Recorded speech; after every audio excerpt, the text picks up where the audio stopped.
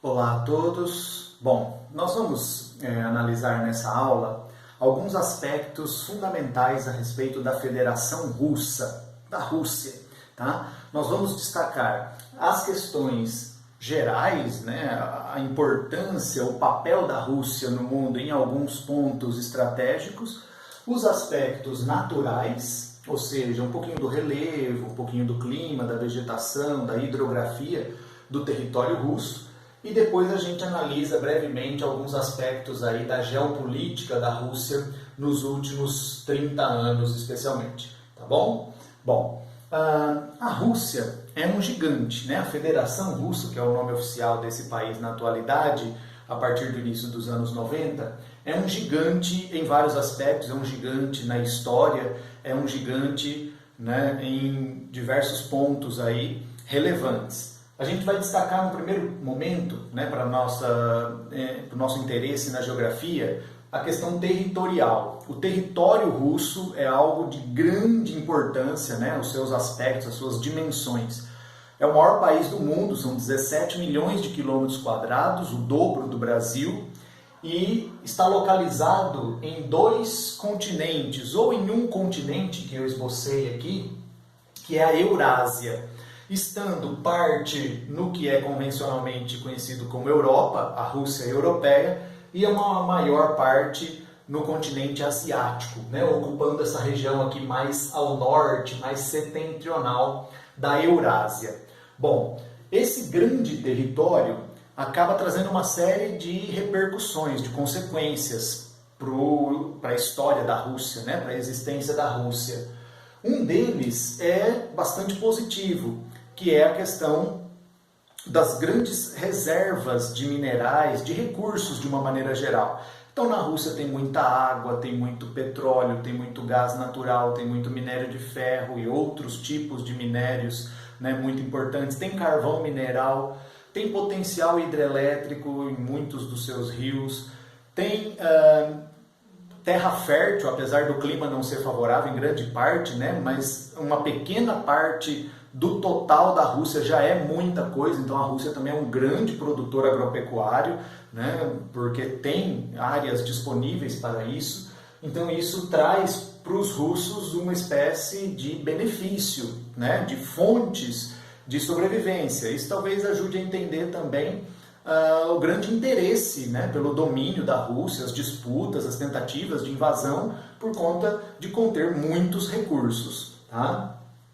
E também é uma grande potência militar, bélica, é um grande fabricante de armas, talvez tenha o maior arsenal nuclear do mundo, submarinos, aviões, tanques, né, mísseis de grande poder de destruição, né, de grande avanço tecnológico, é uma potência também espacial, né, lembra da corrida espacial? Então é uma potência tecnológica, especialmente no setor militar de segurança, um grande exportador de armas, né? E até para defender esse grande território precisa mesmo ter muitas tropas e muita estrutura militar, isso é interessante também.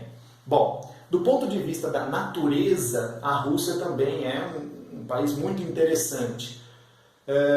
Num primeiro momento, vale a pena destacar o relevo do território russo. Podemos destacar uma planície chamada planície russo-ucraniana, que fica aqui mais na parte ocidental da Rússia, né, na divisa com a Ucrânia, que é esse paizinho em vermelho aqui, Bielorrússia, Letônia, Lituânia, os países bálticos aqui. Então nessa porção aqui existe uma planície bastante fértil, né, e boa para a agricultura, com solos muito férteis de Chernozion e tal, então é uma região importante para a agropecuária. E tem os Montes Urais. Os Montes Urais, ó, ficam mais ou menos aqui nessa região, dividindo a Rússia europeia da Rússia asiática. É uma região de estrutura geológica cristalina, é um escudo cristalino, onde se encontram muitos minerais metálicos, tais como ferro, bauxita, entre outros. Tá? É uma região importante de mineração, a região dos Montes Urais. O clima da Rússia predomina o clima temperado continental, ó, se você consegue ver, aqui é mais ou menos o círculo polar ártico passando, aqui ao norte o oceano glacial ártico, Tá? E aqui, ó, bem ao sul, atravessando China, Índia, aqui, Oriente Médio, o Trópico de Câncer. Então perceba que a maior parte do território russo está na zona temperada, uma outra parte aqui na zona polar, né, o extremo norte da Rússia, já na região polar, com clima polar. Mas o clima temperado é o que predomina, temperaturas muito baixas, né, grande amplitude térmica, verões até quentes, mas o que chama atenção muito são os invernos rigorosos, né, menos 40 graus, até menos que isso, até em algumas regiões da Sibéria, menos 50, menos 60, com bastante frequência.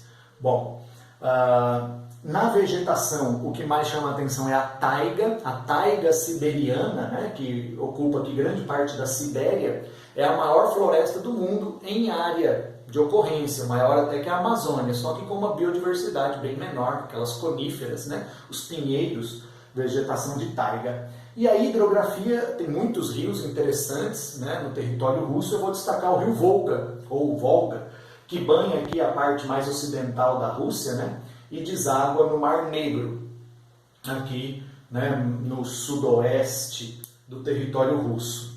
É um rio que foi, né, bastante disputado durante a Segunda Guerra Mundial, o controle sobre ele e tal, estratégico para a Rússia. Bom, agora a nossa intenção é refletir rapidamente sobre alguns aspectos que envolvem a atualidade na Rússia, né? A Rússia é um gigante geopolítico, é um ator que rivalizou com os Estados Unidos, né, durante a Guerra Fria, o título de maior potência hegemônica, e é ainda hoje um ator central, um país muito importante, tá? Em vários aspectos, nas relações internacionais e tal. Esse país, chamado Federação Russa, ele é um país novo, jovem, que nasce no início dos anos 90, com o fim da Guerra Fria. A desintegração da União Soviética, né, ocorre a fragmentação do que era a União Soviética, e a Federação Russa é certamente o maior herdeiro dessa União Soviética. Bom, esse país enfrenta uma gravíssima crise econômica por toda a década de 90, inflação, desemprego, um momento muito ruim da história russa, né? Essa década de 90, uma década bastante problemática do ponto de vista econômico, político e social. Então, economicamente, a Rússia está muito mal na década de 90.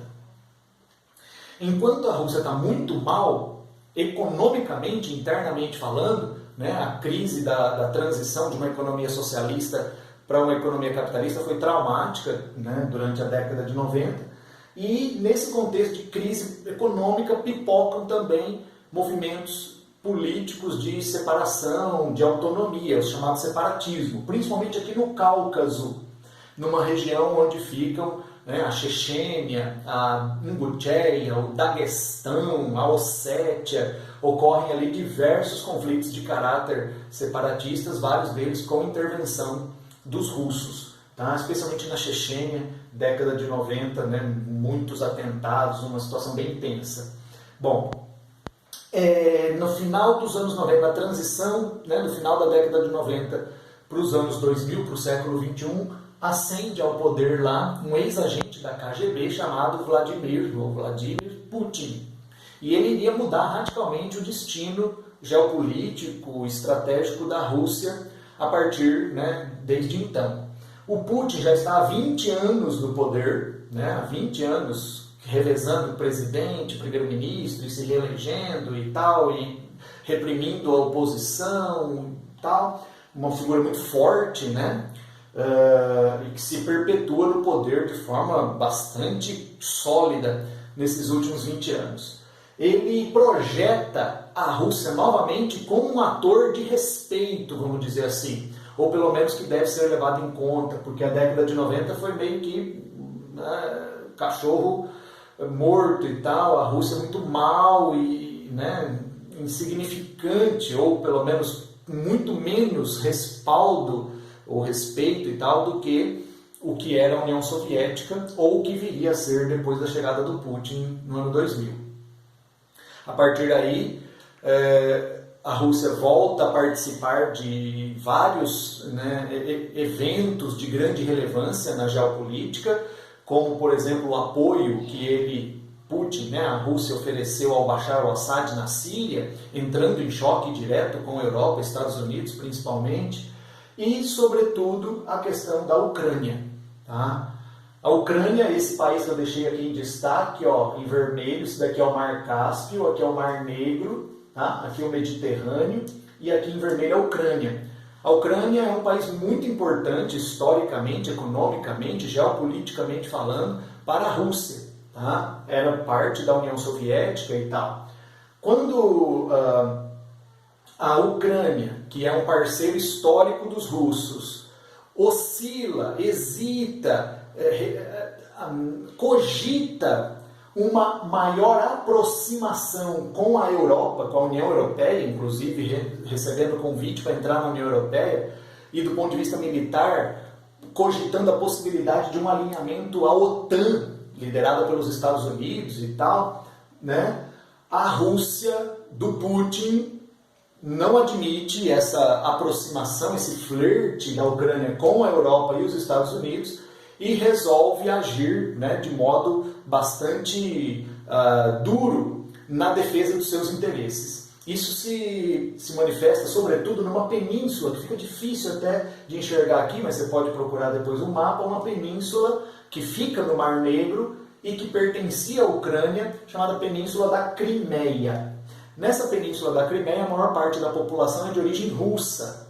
E aí ocorre um movimento de caráter separatista, que declara a separação da Crimeia em relação à Ucrânia e quase que, né, automaticamente a sua anexação ao território da Federação Russa. Então a Crimeia, que era da Ucrânia, é anexada pela Rússia, argumentando que a população dali era russa e não ucraniana e que tinha mais afinidade com a Rússia. Isso gera uma grande crise geopolítica que acaba envolvendo também Europa, Estados Unidos e uma guerra civil que ocorre principalmente em algumas províncias aqui mais do leste da Ucrânia, e até o presente momento ela ainda não se desenrolou, não se resolveu. Tá certo? Bom, espero que tenha contribuído aí. Até a próxima.